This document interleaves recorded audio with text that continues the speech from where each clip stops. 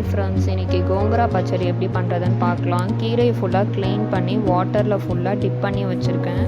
ஒரு பேனில் 20 காஞ்ச மிளகா போட்டு மீடியம் ஃப்ளேமில் வச்சு ஃப்ரை பண்ணுங்கள். நான் நல்லெண்ணெய் ஊற்றி தான் ஃப்ரை பண்ணுறேன். நல்லெண்ணெய் ஊற்றி ஃப்ரை பண்ணிங்கன்னா உங்களுக்கு 10 days to 15 days வரைக்கும் உங்களுக்கு நல்லாயிருக்கும். கீரை சாப்பாட்டில் பிசைஞ்சு சாப்பிடவும் நல்லாயிருக்கும். 2 டேபிள் ஸ்பூன் தனியாக, 1 டேபிள் ஸ்பூன் மிளகு, 1 டேபிள் ஸ்பூன் சீரகம், கொஞ்சோண்டு புளி மட்டும் எடுத்துக்கோங்க. கடலப்பருப்பு 2 டேபிள் ஸ்பூன், அதுக்கப்புறமா உளுத்தம்பருப்பு 2 டேபிள் ஸ்பூன் எடுத்துக்கோங்க. நான் ஃபர்ஸ்ட்டு ஃப்ரை பண்ண மறந்துட்டேன், லாஸ்ட்டாக தான் ஃப்ரை பண்ணி தனியாக எடுத்துருக்கேன்.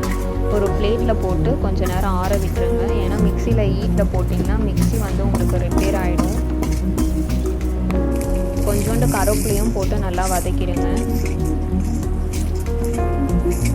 மீடியம் ஃப்ளேம்லேயே வச்சு எல்லாமே ஃப்ரை பண்ணுங்கள். ஹை ஃப்ளேமில் வச்சு ஃப்ரை பண்ணாதீங்க. அதுக்கப்புறமா கீரையும் க்ளீன் பண்ணி வச்சுருக்கிறத போட்டு கடையில் மீடியம் ஃப்ளேம்லேயே வச்சு நல்லா இது பண்ணுங்கள். நல்லா வேகட்டும். இந்த ஸ்டேஜில் உங்களுக்கு வந்துடும். கீரையும் கொஞ்சோண்டு புளியும் மட்டும் போடுங்க.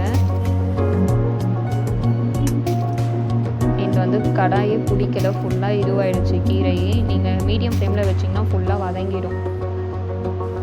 ஒரு 2 துண்டு புளி மட்டும் போட்டால் போதும். ஏன்னா இதுவும் கோங்கரா பச்சடின்றதுனால இதுவும் புளிச்ச கீரை தான், உங்களுக்கு நல்லாயிருக்கும் சாப்பிட்றதுக்கு. இது ஆந்திராவில் ஃபுல்லாக இந்த கீரை ஃபேமஸ்.